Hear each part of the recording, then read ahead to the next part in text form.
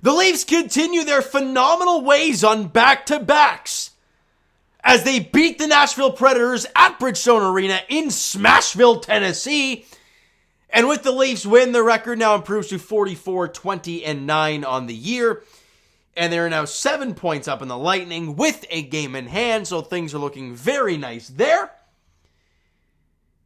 And more importantly, the Leafs continue their defensive greatness. We talked about it. That Florida game, they played ridiculously good defensively. Yesterday against Carolina, you know, as much as sure, we didn't like some of the goaltending, we didn't like some of the goals. Defensively, they played very well. Overall. And tonight, sure, the Nashville Predators aren't a very good team. All their great players were either hurt or have been traded. And then Matt Duchene leaves the game after blocking a shot midway through. He's bleeding from his finger. He leaves, doesn't return. So it's like, that team's not great. But that has been problems for the Toronto Maple Leafs, right? All year long, they've had trouble with teams who aren't very good. And look, Nashville's, sure, they're fighting for a playoff lives. I think with that roster, there's just no way they can do it. The only reason they were in this game today was Lankinen. How many grade A opportunities the Leafs had early on where Matthews shanked it wide? Or like just a few guys just shanked the puck wide and you're like, oh my God, that's a wide open net. So it's painful there. But late in the first period, after an abysmal first half of the first period, just like yesterday, they play a great second half of the period and they get a power play. And Matthews has the puck at the point. And he passes down low to Mitch Marner and the quick touch pass from Mitch to JT right in front of the net and he buries it. 7 straight games without a goal. That's gone as he buries the first one of the game. Leafs up 1-0. JT on the power play from Matthews and Marner at 18:06 of the first period. And they go into the intermission. Up a goal. And the shots were 13-10 in favor of Nashville in the period. But overall, if you watch that period, man, oh man, the Leafs played a really good second half of the period. However, you got to keep going. And it does not take very long in the second period. Justin Hall picks the puck up in his own end. Breakout pass to JT. And he swing pass to Alex Kerfoot on the rush. And he rips it far side. Alex Kerfoot has scored a shootout game winner. And had a goal 2 games ago. And he scores again today. In a matter of what? Like just over a week? Remarkable stuff from Alex Kerfoot, peaking at the right time, isn't he? Love to see it from Kerfoot. He deserves it, man. That guy's been just snake bit all year. He's just been really tough to watch, but the team loves him. He's great defensively. He's good on the penalty kill. And to see him get a few goals recently, especially a shootout winner against Ottawa, beautiful. Beautiful job from Kerfoot. JT and Hall grab assists on that one at $1:02 of the second period.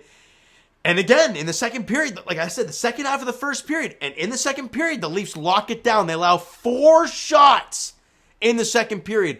They take 10. They win 10-4 in shots in the second period. They outscore them 1-0. And Lankinen, man, he robbed Calle Jarnkrok. Whoo, man. And that would have been gorgeous because that was Mitch Marner's headbutt out of the zone, which would have been a filthy secondary assist. But doesn't go in. Lankinen robs Jarnkrok against his former team, and it stays 2-0.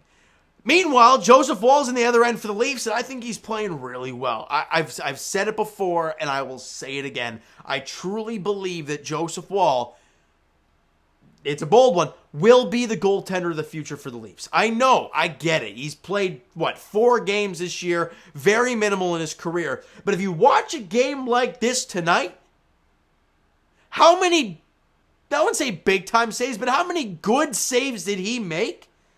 And he made them look easy because of how smooth and compact he was and never flopping around. Really nice game for Joseph Woll. Look, sure, they score a goal with about 8 minutes to go on the power play. Cody Glass tips one in from the point.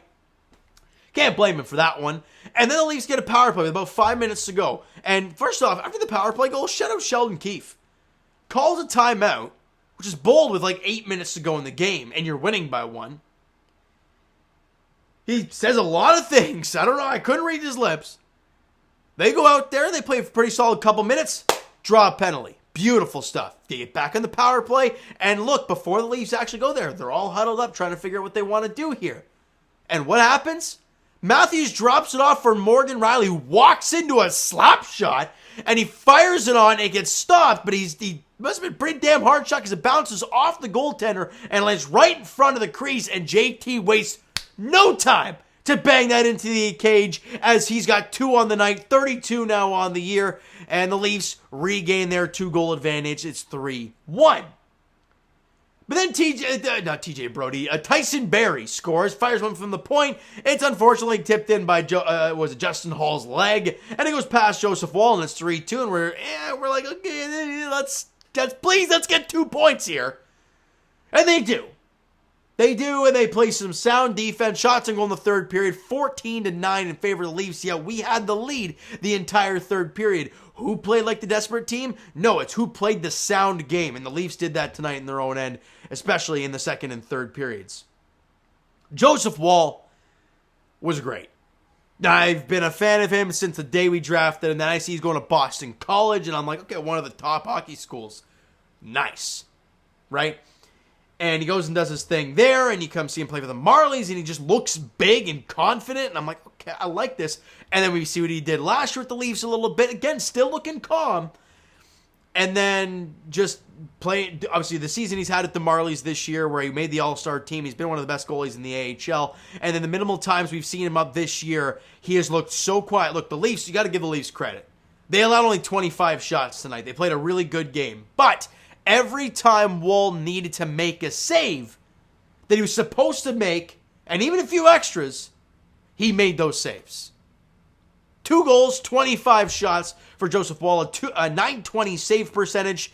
Just a great night from him, and I will be a fan of his until he becomes the Leafs starting goaltender. But that's just my take at some point. Man, maybe not this year. Hopefully not this year, because if that happens, there's something catastrophic going on.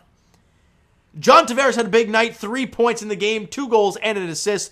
Austin Matthews had 2 assists following up his 2 goals yesterday, so 4 points in his 2 games in the back-to-backs. And also had 5 shots on net to go along with his 15. Yeah, 15 shots on goal yesterday. Just insane.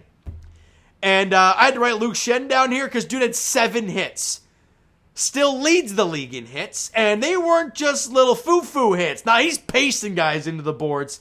And that, look, Leaf fans, I'm going to tell you right now, I truly believe the decor you saw out there today, maybe not in that exact order and who's playing with who, but those 6 guys, I truly believe are your 6 come playoff time. Liljegren, look, and this is the funny thing about Leafs fans, right? They won't hate on Liljegren because I was rarely seeing any Liljegren stuff on Twitter and all that stuff, but you see the Justin Hall stuff after the thing goes off his leg today. Liljegren for the last month has been pretty damn bad. And again, I mentioned it yesterday. I don't know if it's this whole Sandin nonsense. I don't know. But he has not been very good. Hence why he's in the press box right now. So, Justin Hall's going to play in the playoffs, Leaf fans. Get used to it.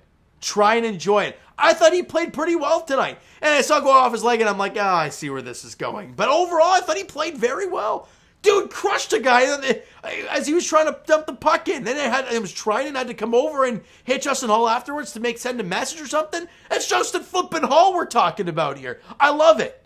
Luke Schenn crunching guys. McCabe stepping up on guys and stepping into the rush. He's looking a lot more confident. Riley looked good tonight. Brody looked great tonight. I honestly didn't like Brody's game tonight. I think a couple of tough turnovers where he backhands off the boards and it's right to the tape of their guy. And I'm like, ooh, that's not Brody. Come on now. But either way, not complaining. Gio just stud. We already know that. Those are your 6 for me. Gustafsson, it's a desperate move. If your power play has been abysmal in the series so far, you need to put some guy in there to change the look on the power play. You do so, right? And a Liljegren, it's all a gauge on how the series going, right? If Luke Schenn's getting burned in game 1, you might see Liljegren in game 2, right? But I think at least to start, these are your guys. That's my take. All right? Now, albeit the forwards will probably change with no Wayne Simmons. I love Wayne Train, but let's be honest, unless you need him out there for a physical presence, you don't want him out there. I didn't think he played bad, but just not the guy you want. Shots on goal for the game, 34-25 in favor of the Leafs. Special teams wise, they were 1 for 4 on their power play. Obviously, the Cody Glass goal to make it a 2-1 game at the time. And the Leafs were 2 for 5 on their power play. So really good job there, taking care of your opportunities. You're going to need to do that come playoff time. Special teams is so important. It's where the Leafs have really struggled come playoff time in the past. Okay? Next up for the Leafs, they host the Florida Panthers. They finally come back home. 5-game road trip over. They go 3-2 on that one. Honestly, not that bad. And especially since the effort we saw against Carolina. So really not a bad effort on the road at all from the Leafs on this road trip. And they come back home, like I said, to take on the Florida Panthers on Wednesday. I believe it's a 7 o'clock puck drop as they look to win back-to-back games. And I don't know if Tampa plays at all in that span. They probably do, I would assume. But either way, the Leafs got to do their job, right? Until we clinch a playoff spot, until we clinch home ice, you got to keep pushing forward. They're almost there. 1 game at a time. I think we're at game, 73 now? We're under double digits, Leaf fans. We're almost there. Let's get this damn thing over with. All right, shall we? All right, so you know what, guys? That is going to do it for this one. If you enjoyed the video and the W tonight, smack the like button. I do appreciate that. Hit the subscribe button if you guys not already. Comment down below your thoughts on the video, thoughts on the game. Would you like, would you not like from today's game for the Toronto Maple Leafs? See Twitter and Instagram links are down below. So follow up there if you guys have not done so already. The Discord and TikTok links are down below, so follow up there if you guys have not done so already. And I will talk to you guys Raptors edition Tuesday as they host the Miami Heat, 7:30 tip-off there at Scotiabank Arena. I will be at that game, so that video will be uploaded later than usual.